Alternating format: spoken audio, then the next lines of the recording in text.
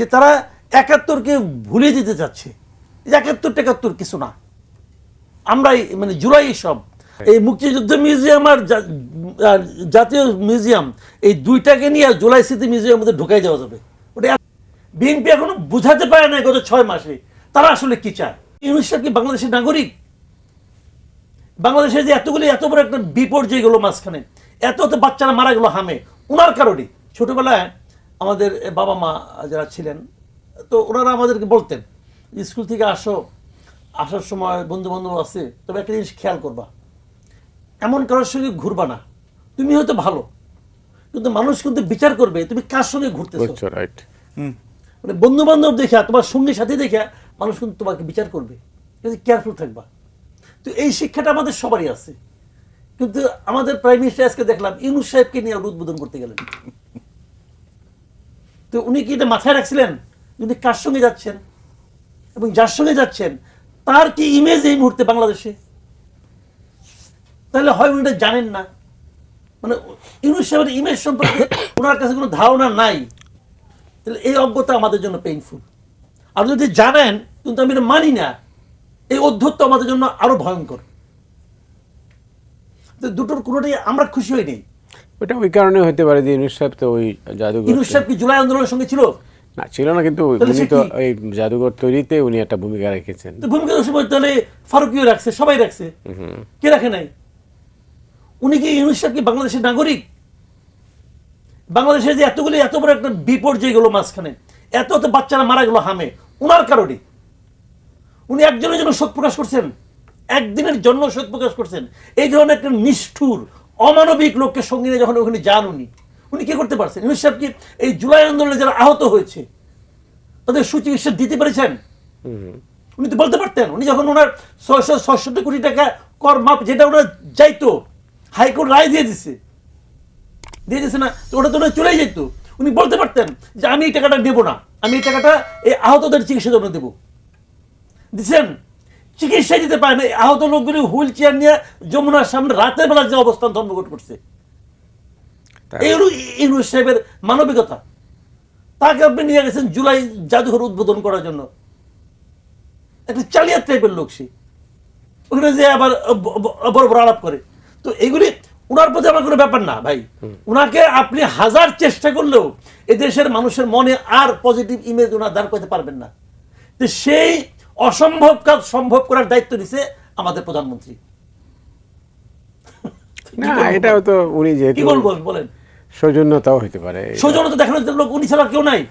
প্রয়োজন ছিল এটা, তাহলে উনি তো তাহলে ইয়ে কেন না কেন, সাবেক প্রেসিডেন্ট কেন না কেন, সভাপতি সব জানতো, সমস্যা কি? উনারা বলতে এটা হয়েছে, এইটা যে হয়েছে যে আইনের মাধ্যমে, ওই আইনের অধ্যাদেশ তো উনি সাইন করছে, আনলো না কেন? যাই হোক, এইগুলি করে লাভ নেই রে ভাই। আপনি হয়তো ইমেজ রক্ষার জন্য চেষ্টা করতেছেন, করেন, সমস্যা নাই। আমিও ইমেজ রক্ষার চেষ্টা করতেছি। আমি চেষ্টা করতেছি কি জিনিসটা, যে মানুষ ভাবতে চায় যে এই গভর্নমেন্ট ইউনূস গভর্নমেন্টের পদাঙ্ক অনুসরণ করছে না, তাই তো হওয়া উচিত, এটা মানুষ ভাবতে চায়। কিন্তু উনি মানুষকে বারবার বলতে চাচ্ছেন আমরা ওদেরই ধারাবাহিকতায় চলছি। এটা হয়তো কৃতজ্ঞতা বোধ থেকে। এটা যদি উনি এই দেশে ক্ষমতা আসছেন, উনি কি কৃতজ্ঞ থাকবেন জনগণের কাছে নাকি ইউনূস সাহেবের কাছে? না, ইউনূস সাহেবের কাছে না। ওনার এটা কৃতজ্ঞতা বোধের কি আছে? যেহেতু একটা নির্বাচন অনুষ্ঠানে নির্বাচন কি ইউনূস সাহেব দয়া করে দিয়েছেন? সেটাই নির্বাচন উনি তো চাপে পড়ে দিয়েছেন। এই নির্বাচন পারলে উনি দিতই না। আজীবন উনি বলে নাই, মানুষ বলে 50 বছর থাকো, এটা উনি শুনছে, উনি ছাড়া আর কেউ শুনে নাই। 5 বছর থাকতে চেয়েছিল, 5 বছর থাকেন, 10 বছর থাকেন, 50 বছর থাকেন, এটা উনি তো বলছে ভাই, বলছে, শুনছে। তো এই লোকটা শুনতে চায়, শুনছে 5 বছর, শুনতে চায় 50 বছর। তো সেই লোক কি আপনার নির্বাচন দিছে খুশি হয়ে দিছে, চাপে পড়ে দিছে, পেদানির ভয় দিছে, এগুলি কয়ে লাভ নাই। বিএনপি এখনো বুঝাতে পারে না গত 6 মাসে তারা আসলে কি চায়। যে জোরে ধমক দেয় সে ওদিকে যায়। আমেরিকা জোরে ধমক দিলে পরে হ্যাঁ হ্যাঁ সমস্যা নাই, আমাদের তো খলিল ভাই আছে আপনাদের প্রতিনিধি, ওনার কথা আমরা শুনতেছি। আবার ইন্ডিয়া একটা ধমক দিলে পরে কোনো সমস্যা নাই, আমরা তো আসি। এখন তো সবাই ক্লিয়ার হয়ে গেল যে কে কি চায়। এখন লজ্জা শরম টুকার নাই, এখন খামসা খামসি শুরু হয়ে গেছে। যে আমি সব নেব, তোমাকে কিছুই দেবো না। ও বলছে আমারও তো ওই সময় ভূমিকা ছিল, আমাকে দাও কিছু, আমিও কিছু পেতে চাই। এইটা নিয়ে এখন খামসাখামসি হচ্ছে। এর মধ্যে ধরেন যখন মানে আওয়ামী লীগের অংশটা, ওরা তো দেশ থেকে বিতাড়িত হয়ে গেছে, মূলত চুপ অথবা বিতাড়িত, তারা কিন্তু এই ফাংশনে নাই। প্রথম দিকে তারা আতঙ্কিত ছিল, আমার বিবেচনায় তারা এখন খুব এনজয় করতেছে যে তোমরা খামসাখামসি করো, মারামারি করো। এটা হলো ওই যে আপনার ওই সিগালের মতো আর কি, সে বাঘ আর সিংহকে লাগাই দিয়া সে চুপচাপ দূরে বসে দেখতেছে যে তোমরা মারামারি করো, আলটিমেটলি ওই যে তোমরা যে গরু মারছো একটা, ওটা তো তোমরা মারামারি করে আহত হবে, আমি খাবো। এখানে হচ্ছে ওই অবস্থা, তারা এখন চুপচাপ বসে আছে, এরা দুজন মারামারি করতেছে। এবং এই মারামারি সহজে থামবে না। থামবে না এই কারণে জামাত এবং শিবিরের তাদের যে বক্তব্যটা, তারা তো এত বছর কথা বলতে পারে নাই। এখন তারা এসেই যে কাজটা করছে যে তারা ৭১কে ভুলে দিতে চাচ্ছে। ৭১ কিছু না, আমরাই মানে জুলাই সব। আপনি একটা কথা ভাবেন, আমি একটা সিম্বলিক একটা উদাহরণ দিই আপনাকে। আমাদের এখানে বড় ঘটনা ৭১, ভাবলাম ওদের কথা মতো আর কিছু বড় ঘটনা নাই। এরপর আসলে ২৪শে জুলাই, ভাবলাম আজকে জুলাই স্মৃতি জাদুঘর উন্মোচিত হলো, ঠিক আছে।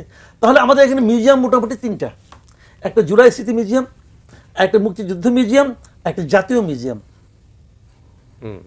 এই মুক্তিযুদ্ধ মিউজিয়াম আর জাতীয় মিউজিয়াম, এই দুইটাকে নিয়ে জুলাই স্মৃতি মিউজিয়ামের মধ্যে ঢুকাই দেওয়া যাবে। ওটা এত বড় জায়গা নিয়ে করছে। এটা কিন্তু একটা সিম্বলিক ঘটনা। পৃথিবীর কোনো একটা দেশ বাই করতে পারবেন না যেখানকার ন্যাশনাল মিউজিয়াম একটা ঘটনার মিউজিয়ামের চেয়ে অর্ধেকেরও কম হয়, পাবেন না। এটা করা হয়েছে কেন? আর মুক্তিযুদ্ধ মিউজিয়াম নাই তো, ওটা তো একটা ব্যক্তিগত, ওটা তো ট্রাস্ট, ওটা গভর্নমেন্টেরও না। মানে মুক্তিযুদ্ধ মিউজিয়াম হলো একটা ঘরের মধ্যে, একটা ট্রাস্ট, সরকারের যেখানে কোনো নাই, ইনভলভমেন্ট নাই। আর জুলাই স্মৃতি মিউজিয়াম দেশের সবচেয়ে বড় জায়গাটার মধ্যে করা হয়েছে ইন্টেনশনালি, একদম ইন্টেনশনালি বুঝাই দেওয়ার জন্য যে মুক্তিযুদ্ধ কিছু না, এমনকি জাতীয় কিছু না, সবকিছু মূল হলো জুলাই। এইটা প্রমাণ করতে পারলে কার লাভ হয়? এখন তারা তো ভাই ১ ইঞ্চি জায়গা আপনাকে ছাড়বে না। আর বিএনপি কথা কি বলবো? বিএনপি নিজেরা জানেন কি, বড় একটা নৌকা, কিন্তু ওটার মধ্যে কোনো কম্পাসও নাই, এই কম্পাস দেখারও লোক নাই, হাল ধরার লোক নাই, দিকভ্রান্ত নৌকার মতো একবার এদিকে যায় একবার ওদিকে যায়। বিএনপি এখনো বুঝাতে পারে নাই গত ৬ মাসে তারা আসলে কি চায়, এখনো বুঝাতে পারে নাই। যে জোরে ধমক দেয় সে ওদিকে যায়। আমেরিকা জোরে ধমক দিলে পরে হ্যাঁ হ্যাঁ সমস্যা নাই, আমাদের তো খলিল ভাই আছে, আপনাদের প্রতিনিধি, ওনার কথা আমরা শুনতেছি। আবার ইন্ডিয়া একটা ধমক দিলে পরে কোনো সমস্যা নাই, আমরা তো আসি।